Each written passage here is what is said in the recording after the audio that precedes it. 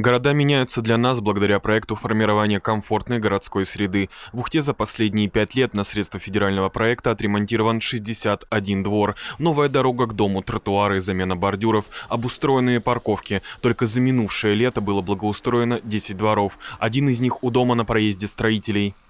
Состояние было ужасное, очень большие дыры, вообще невозможно было даже ходить.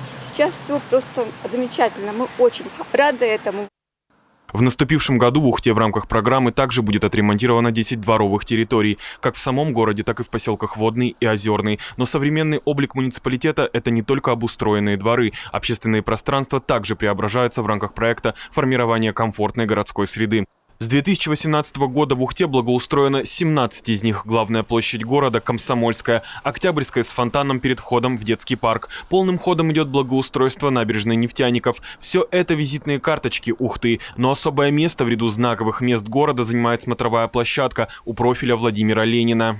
Конечно, да, не было вот этой смотровой площадки, не было таких ракурсов, все это было более-менее такое старое было, как-то невзрачненькое.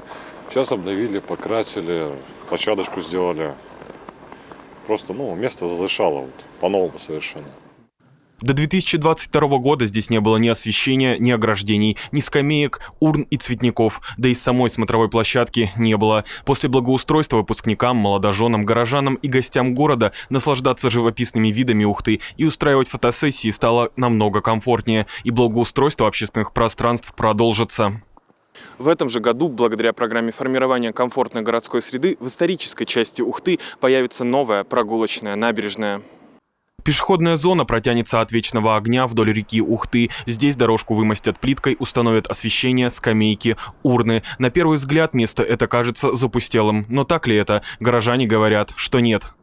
Когда весной, вечером светло, очень даже много народу гуляет. Я сейчас туда иду прогулять, потому что рано еще на работу. Конечно, нужно, потому что с УРМЗ все ходят здесь пешочком, прогуливаются. Даже местные, которые здесь, тоже очень много. Это вы летом подойдите, посмотрите, сколько там ходят и гуляют. Весь поселок голосовал, чтобы в первую очередь его благоустроили, а не набережную. Потому что многие туда вообще не выезжают. Неудобно. С детьми гуляют, с колясками. Молодые мамы очень даже. Гулять здесь будут и жители старой части города, и близлежащих пригородов Озерного и УРМЗ. Но и в относительно новой части Ухты в этом году продолжится благоустройство общественных пространств. В этом году мы планируем 2 общественные территории. Они у нас уже в том году мы голосовали за них. Мы про них уже проработали. Есть документация, есть рабочая документация в части и смет, и документация на конкурс.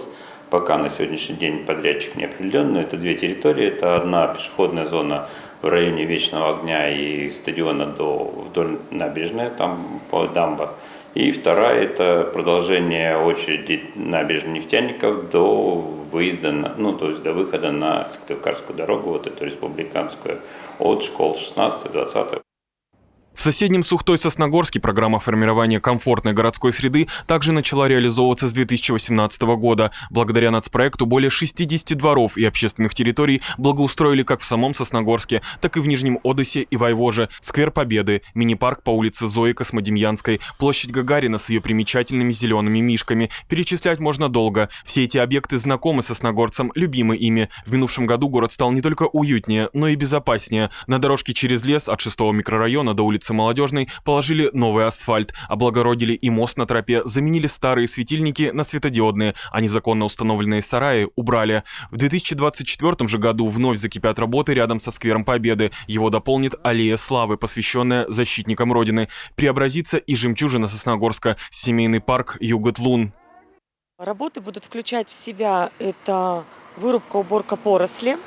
Парк необходимо проредить, так как за 8 лет он значительно зарос. Необходимо отремонтировать освещение, покрасить, ворота. И мы добавим освещения паркового, цветного, чтобы с наступлением темноты, это где-то с августа месяца, будет очень красивое цветное освещение. Нацпроект «Жилье и городская среда», в рамках которого и реализуется программа формирования комфортной городской среды, помогает стать лучше и небольшим поселкам, и развивающимся городам. Без исключений национальный проект, инициированный президентом России, год за годом помогает делать жизнь людей комфортнее, даже среди не самого приветливого климата с севера. Роман Кирпа, Екатерина Родина, Павел Лагутин, телеканал Юрган, Ухта.